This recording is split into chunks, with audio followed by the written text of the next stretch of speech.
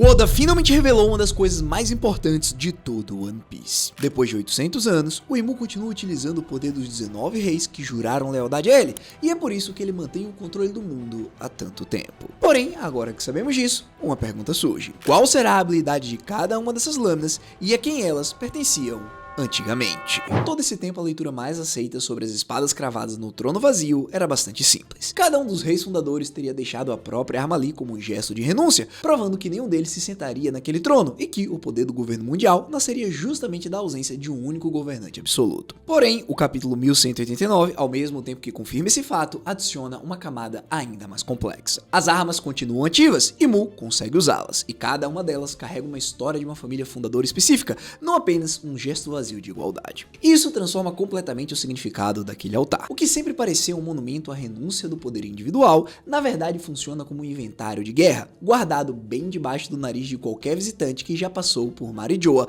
ao longo de 800 anos. As armas que deveriam provar que ninguém governaria acima dos outros terminaram, na prática, nas mãos do único ser que governa acima de todos. E é justamente esse fato específico que abre a primeira pergunta que precisamos responder: aonde está a última arma? Pessoal, o governo mundial nasceu da união de 20 reinos fundadores, mas o capítulo fala especificamente em 19 armas diante do trono. Obviamente, para quem leu o mangá com atenção, já percebeu o motivo disso, porque existe uma explicação para essa ausência, e ela aponta diretamente para Alabasta. A família Nefertari participou da fundação do próprio governo mundial, mas, diferente das outras 19 linhagens, essa família nunca se mudou para Marijoa e nunca aceitou completamente o status de dragão celestial. Como vimos durante o Reverie, o próprio Rei Cobra revelou que a carta que a rainha Lily deixou para os seus descendentes estava assinada como Nefertari de Lily, provando que ela traiu completamente os outros 19. Diante disso, se as 19 armas pertencem justamente às famílias que se integraram por completo a esse sistema, faz sentido que a 20ª arma, a de Alabasta, nunca tenha sido entregue junto com as outras. E isso sugere algo importante sobre a natureza do próprio domínio de Imu. Mesmo depois de 800 anos consolidando o poder absoluto sobre o mundo inteiro, ele nunca completou o próprio arsenal.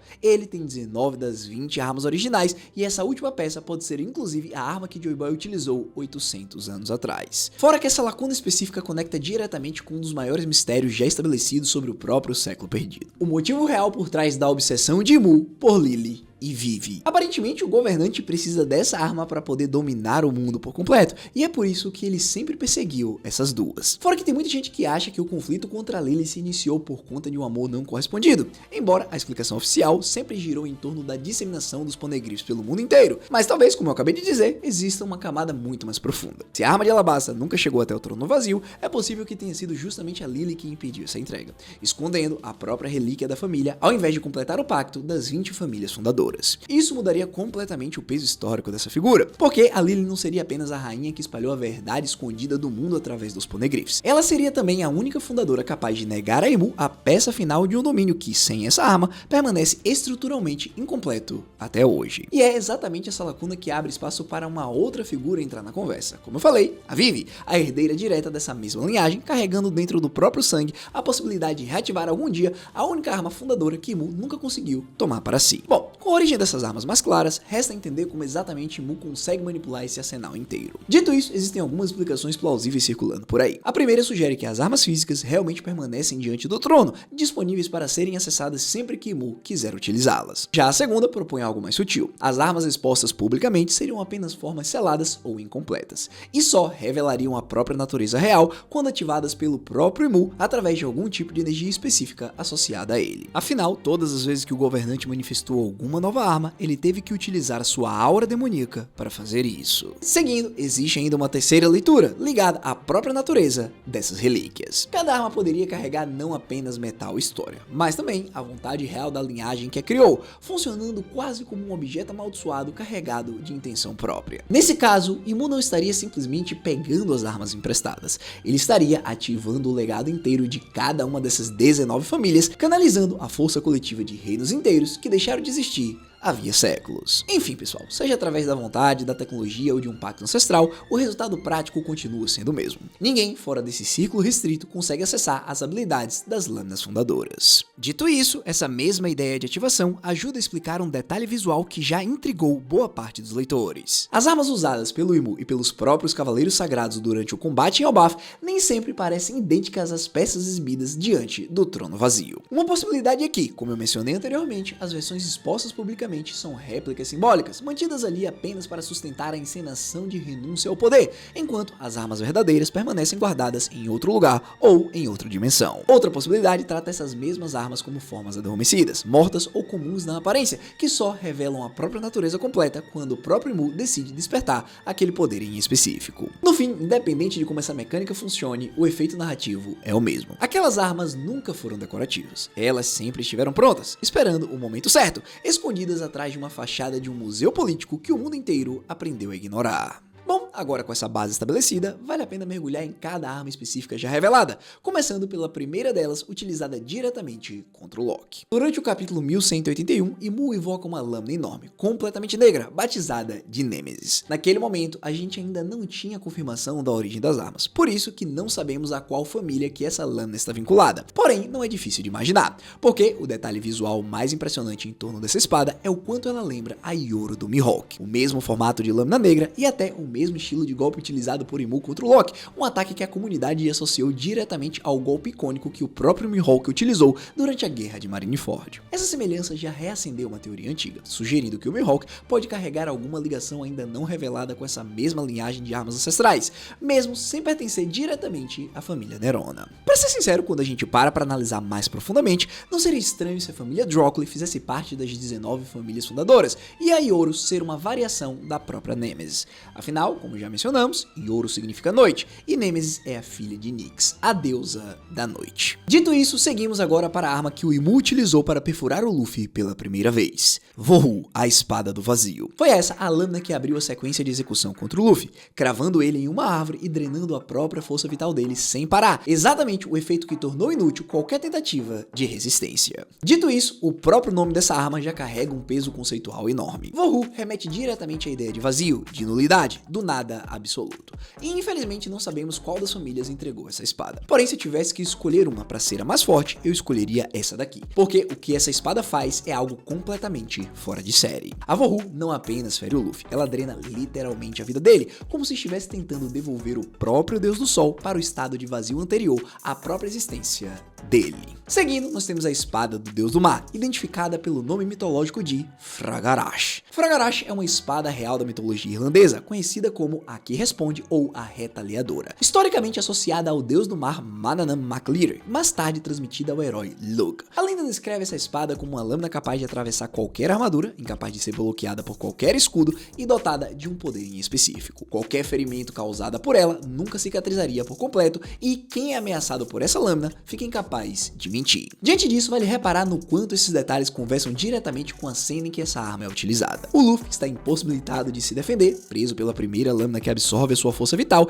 e recebe esse segundo ataque exatamente no momento em que Imu começa a provocar ele sobre os seus irmãos. Galera, aqui nós temos uma arma mitologicamente ligada à verdade forçada, encravada bem no instante em que Imu tenta desmontar psicologicamente o adversário, criando uma camada extra de crueldade que vai além do dano físico. Por fim, também ainda não sabemos a família que entregou Fragarash. Dito isso, enquanto o Luffy segue mobilizado, o mesmo tipo de escalada acontece no confronto entre o Zoro e o Sommers através de uma outra arma de origem mitológica, Gram, também descrita no próprio capítulo como a Espada da Ira e que está ligada à família Shepherd. Gram é um nome diretamente associado à mitologia nórdica, ligado à lendária espada empunhada pelo herói Sigurd, capaz de matar o dragão Fafnir dentro daquelas mesmas lendas antigas. Não é uma escolha aleatória colocar justamente essa arma nas mãos dos Sommers, considerando que ela historicamente representa força heróica extrema, ligada diretamente ao ato de derrotar um monstro praticamente invencível, ou seja, nesse caso, o Zoro. Pessoal, o impacto dessa arma dentro do próprio capítulo é imediato. O Zoro utiliza o mesmo ataque que já havia sido suficiente para derrubar o próprio King em Wano, e ainda assim é repelido com facilidade pelos Sommers. Isso prova na prática que essas armas fundadoras não funcionam apenas como simples reforço estético. Elas elevam de verdade o nível de combate de quem as porta, transformando um antagonista antes considerado fraco em alguém comparável na força bruta a um comandante de Yonkou ou até mesmo superior. Seguindo, a próxima arma revelada nesse mesmo capítulo pertence à família Rimoshifu, a lança Longinus. Essa referência puxa diretamente de uma das lendas mais conhecidas da tradição cristã, a lança que teria perfurado o corpo de Jesus Cristo durante a crucificação, um símbolo historicamente carregado de martírio, sacrifício e violência cometida em nome de algo tratado como sagrado. Colocar essa arma especificamente nas mãos de um representante do governo mundial carrega um peso simbólico direto. A mesma estrutura que se apresenta ao mundo como guardiã da justiça e da ordem global recorre, na prática, a uma relíquia historicamente ligada ao sofrimento imposto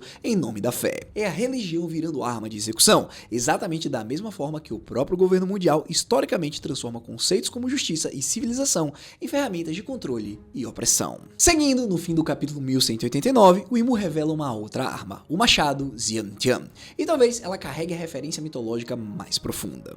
Vale mencionar também que não foi revelado qual família entregou esse machado. Enfim, segundo a mitologia chinesa, Xiantian era um general leal ao imperador Yan, que, depois da derrota do próprio senhor, decidiu desafiar sozinho o imperador amarelo, a autoridade suprema daquele panteão inteiro. Na história é dito que Xiantian perde a batalha e é decapitado, mas a lenda não termina ali. Sem cabeça, ele continua lutando, utilizando os próprios mamilos como olhos e o umbigo como boca, empunhando um machado e um escudo, recusando-se a parar, mesmo depois de literalmente perder a capacidade de ver ou de pensar do jeito convencional. Galera, essa imagem se tornou, dentro da própria cultura chinesa, um símbolo absoluto de resistência. Alguém que continua lutando, mesmo quando toda a razão prática para continuar já deveria ter desaparecido junto com a própria cabeça. Imu invoca justamente esse machado no exato momento em que tenta finalizar o Luffy de uma vez por todas. E a escolha simbólica encaixa perfeitamente. Assim como Xiantian desafiou uma autoridade celestial mesmo sabendo que a derrota era praticamente certa, o Luffy segue desafiando o próprio Rei do Mundo mesmo depois de já ter sido perfurado 2 vezes sem qualquer chance real de defesa. E existe ainda uma camada extra nesse detalhe. É justamente contra esse machado específico que Scopper Gaban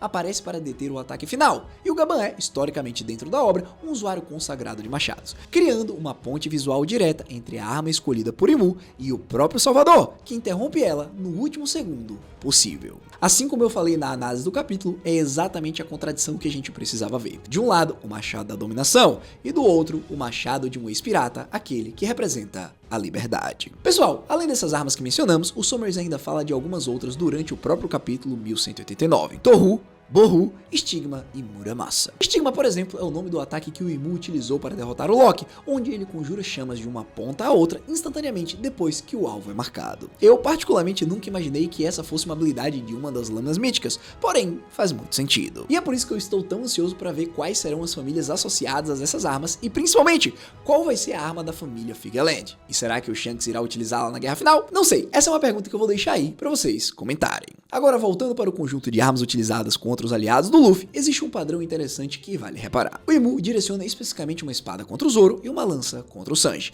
exatamente as duas categorias de armas que já apareceram em silhueta associadas à própria imagem original de Nika. Isso sugere uma leitura simbólica bastante direta. O Zoro cumpre esse papel de forma óbvia, sendo literalmente o espadachim do grupo, responsável pelo corte direto, pela decisão rápida, pela força ofensiva sem rodeios. Já o Sanji, por outro lado, carrega uma relação mais contida com essa mesma ideia de lança. Ele representa o avanço, o impulso, o golpe que atravessa, mas ainda vive um processo de reprimir a própria força bruta, moldado por décadas de trauma envolvendo o próprio pai, Judge, que historicamente também recorre a uma lança como arma pessoal. O Sanji rejeitou durante a sua vida inteira se tornar qualquer tipo de arma controlada por outra pessoa, e o confronto contra o Kiran pode ser justamente o gatilho que forçará o cozinheiro do chapéu de palha a ressignificar essa relação, não se tornando a lança do pai que tentou moldá-la à força, mas a lança do capitão que ele escolheu seguir por vontade própria. Bom, pessoal, diante disso, ao reunir essas armas já reveladas, um padrão mais amplo começa a se formar. Nenhuma dessas escolhas parece aleatória. Fragarash aponta para uma tradição marítima divina. Graham aponta para uma linhagem guerreira nórdica, ligada à ira e à superação de monstros. Longinus aponta para uma família que provavelmente se enxergava como executora de uma justiça sagrada. Xiantian aponta para um reino ou uma tradição inteira construída em cima do próprio ato de desafiar uma autoridade suprema, mesmo sabendo da derrota certa. Diante disso, se esse padrão se confirmar conforme mais armas forem reveladas,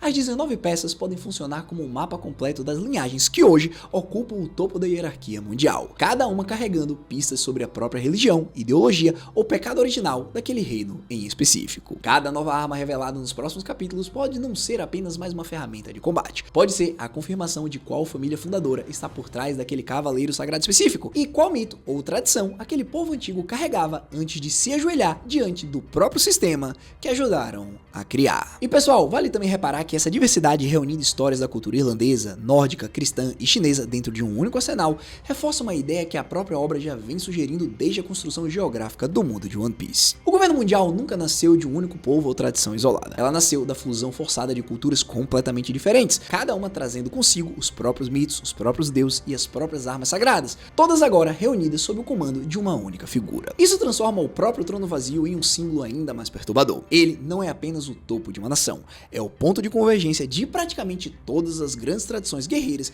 que a humanidade já produziu. Por fim, voltando agora para a lacuna que abriu esse vídeo inteiro, a ausência da 20ª arma continua sendo talvez o detalhe mais importante de toda essa relação. Enquanto Imu controla 19 relíquias carregando o legado de reinos que se submeteram completamente ao sistema que ajudaram a fundar, a peça que falta pertence justamente ao único reino que disse não. E isso cria uma oportunidade narrativa rara para Vivi, uma personagem historicamente afastada de qualquer papel de combate direto dentro da própria trama principal. Se essa arma ainda existir, escondida em algum ponto de Alabasta, protegida pela própria linhagem real ao longo de gerações, ela representaria mais do que só mais um poder novo entrando na guerra final. Representa a prova viva de que nem toda a família fundadora aceitou completar o pacto que sustenta o domínio de Imu até hoje. Ou seja, a possível arma da Vivi carregaria o legado da única rainha que se recusou a fazer o mesmo. Bom, agora juntando tudo que essas armas representam, o confronto atual em Elbaf ganha uma dimensão bem maior do que apenas Luffy contra Imu. Quando cada uma dessas lâminas antigas entra em cena, carregando a história, a mitologia e o próprio peso religioso ou cultural de um reino inteiro que ajudou a fundar o sistema atual, o que está realmente atacando Luffy não é apenas um inimigo poderoso. São 800 anos de poder acumulado, 19 famílias fundadoras e os próprios símbolos usados historicamente para celebrar a vitória contra o reino antigo, agora virados contra o herdeiro moderno daquele mesmo reino derrotado. Enquanto o Gear 5 representa a liberdade nascida da imaginação, esse arsenal representa exatamente o oposto, a história do mundo transformada em um instrumento de execução. E é por isso que no fim, quando todas as armas forem destruídas, isso marcará o verdadeiro amanhecer do mundo. Bom pessoal, agora deixa aí nos comentários, você acredita que a 20ª arma realmente está escondida em Alabasta? Também, qual dessas armas já reveladas você achou mais interessante, tanto visualmente quanto na própria referência mitológica? E sendo bem sincero, você espera ver a Vivi empunhando essa arma ausente antes do fim da série e também consumindo a fruta das asas, a deusa da chuva? Não sei, deixa aí nos comentários. No fim, se você chegou até aqui, eu só te peço duas coisas, deixa o like e se inscreve no canal. E se por um acaso você quiser ver a análise de capítulo que você ainda não viu, clica nesse vídeo aí que tá aparecendo na sua tela.